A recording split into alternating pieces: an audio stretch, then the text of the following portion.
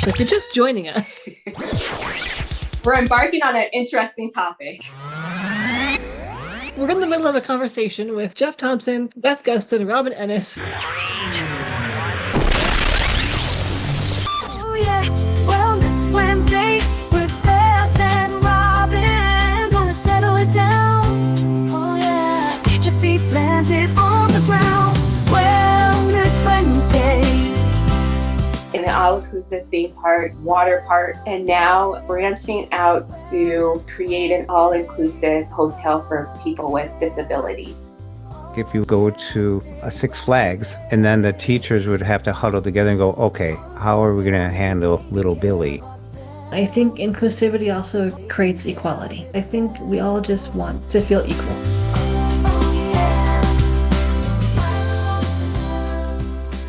Welcome back to Wellness Wednesday. My name is Beth Gustin, a licensed professional counselor here in Colorado, with my co-host Robin Ennis, a licensed clinical social worker, also in Colorado. We really should meet in person one of these days. And we're here with Jeff Thompson, who is the amazing person who's usually behind the scenes. And we are grateful to have him here today. We are talking about accessibility, and in particular, accessibility hotels. And this came up because of an article that Robin found. It brings up a lot, actually, because I think there are a couple different schools of thought around this, meaning some people appreciate accessibility and extra detail and thought to accommodations and making things quote unquote easier. And other people would prefer not to have accommodations and would not like there to be a specific attention paid to disabilities. We want to figure things out for ourselves and not need things adapted. And I think there's room for all of that. And so I really like the article. I'm going to let Jeff and Robin explain further. I do agree with you, Beth, is that it is upon preference. So whatever people choose. But I want to go back to that we should meet in person. And so, yeah, Jeff, you're all the way in Minnesota. I wish we could meet in person. And so Beth and I are in the same state, and we still have yet to meet in person. I think it's been like a couple of years. So yeah, we have to we have to get together, put it into action. That could be a new beginning or a total end.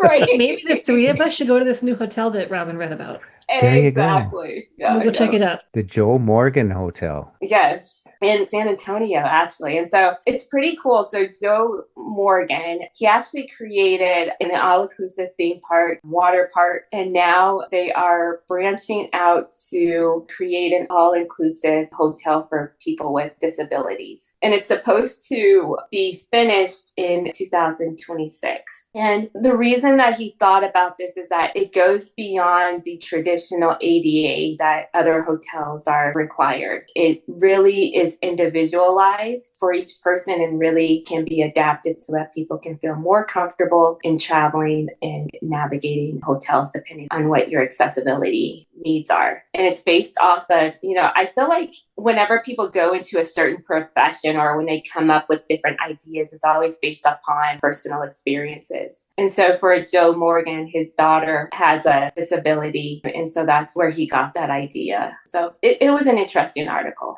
Yeah, when I read it, I was really intrigued because basically he said that the staff would be trained. Now, how much and who's doing the training, I don't know that. But I think through his experiences with his daughter that he would train them for his own understanding of what people may want, may not want, how much they want, how little they want. But they do an intake after you schedule your stay there. They ask about the disability, what supports and needs that you would need or expect. But you can take as much as or as little as you want. So it isn't too much hands-on or overbearing. But I think it really will leave a good impression on the employees that work there. They get trained in that type of atmosphere and they see the successes of some of the people who visit there. And even the people who don't have disabilities that are there, they get to see other people partaking in swimming or whatever, the theme parks, the inclusiveness of all that. I think it gives a good impression on so many people, just like the person that gets on a bus every day, goes to work, goes home with a cane or a guide dog. There's 60 other people approximately that see that every day. So it gives a different impression than never even encountering someone. So I'm glad that they have this theme park and have this opportunity to get people over that hurdle, that bump. Like, should I go there? Is it going to be inclusive? Yes, it's designed that way a little bit. So there you go. Right. And in the article, and I want to hear both of y'all's opinion on this, is that it said Joe Morgan and his team initially had went to Hilton and some other hotels to partner with them, but then they decided as a nonprofit to be independent in their venture. So I know that there can be, whether it's disability or sexual orientation based or whatever it may be, that some people are against having ventures to where it's geared towards one population instead of everyone per se. And I know that this hotel isn't saying for only people with disabilities, but that would be a large part of their consumers versus putting pressure on like Hilton or those other chains to adopt this model, right? To be more inclusive and go beyond ADA versus having specialized. Yeah. I am hopeful that, and I have full disclosure, I have not read the article yet because I had my chassis this morning, but I am hopeful that others will adopt a similar approach to make things more inclusive. And for me personally, I'd rather have things more inclusive than have them more specialized. I feel like if it's taken too far, specialization can lead to, dare I say, segregation over time. Yeah. And that's my fear too. Like you have to be this disabled to ride this ride.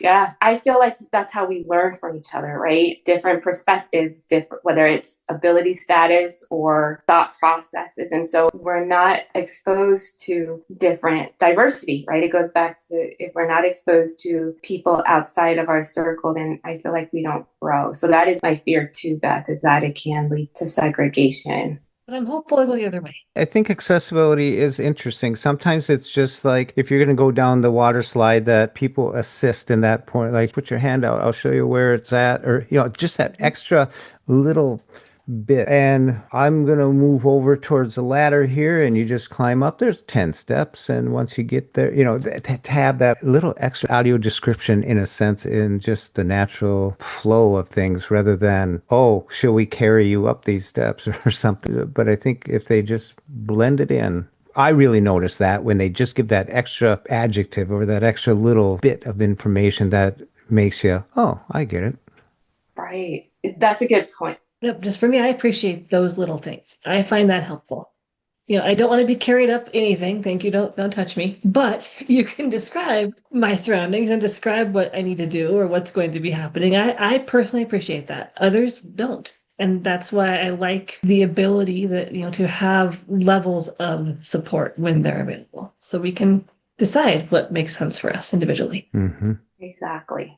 Levels of choice. Yeah, that's Yes, the key. levels of choice. Yep. I've been in groups of people or organizations as well where they're all blind or visually impaired, but I wouldn't say that one person is exactly like the other at all because of their disability.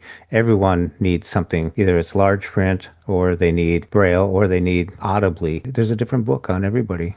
Yep, I agree. I think that good for Joe Morgan for, giving people that option, but I don't think that it should be a model where people have to feel like that's the only thing that they can do. But you can still go to a national chain or whatever it may be, and national chains can be accessible by incorporating those things that Jeff and Beth mentioned. I know that I get super excited, which again shows that it's not the norm when people are descriptive, when they are asking me, hey, do you need this? And again, giving me that choice. Yeah, I do too. Yep.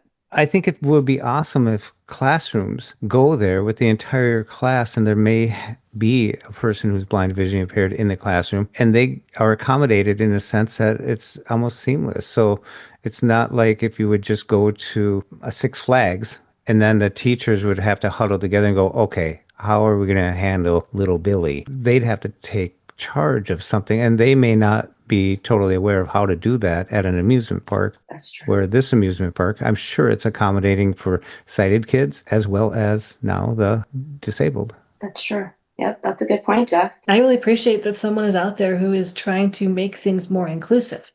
I seriously would like to go check it out at some point and just experience it. Yeah. Well, that could be our meetup. Yeah, although I don't know how to swim, but that could, if we go to the water park, that's a whole nother story. Yeah, and I don't know what else they have there. We'll find something we all can do. Right. But I am hopeful that this is setting an example of what it can be and how it can be done, and that other larger chains will follow. Yeah. I'm hopeful for that. I agree, because throughout this whole discussion, what made me think of Maslow's hierarchy of needs. And one basic need that every human being wants is that sense of belonging. And so I feel like the more inclusive people and organizations are, the more chances a person can feel like they belong. That and equality. You know, I think inclusivity also creates equality. Yes. And it's not in Maslow's hierarchy of needs, but I think we all just want, in most cases, to feel equal. Yes. I think to the employees that learn this, that experience this, as they go on in their careers and move on to other places, they'll probably take from this and bring it with them and be more understanding when they encounter someone as well. Yeah. It's a good educational thing too. It is. Yes. I agree. Yeah. I agree. Well, is there anything else that Beth and Jeff you want to say before we wrap up? No, I'm good.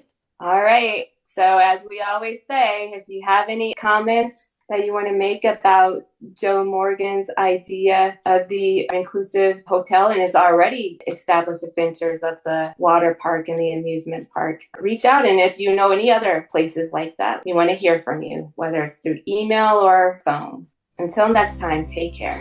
Stay grounded and take care. As always, thanks for listening. Until next time, bye-bye. Oh yeah, Wellness Wednesday with Beth and Robin. Gonna settle it down. Oh yeah, get your feet planted on the ground. For more podcasts with the blindness perspective, check us out on the web at www.blindabilities.com. And be sure to subscribe to the podcast wherever you listen to podcasts. And if you want to leave us some feedback, give us a call at 612-367-6093. We'd love to hear from you. Thanks for listening, and until next time, bye-bye. Wellness and taking care of ourselves. It's all about you and taking care of yourself. Oh yeah.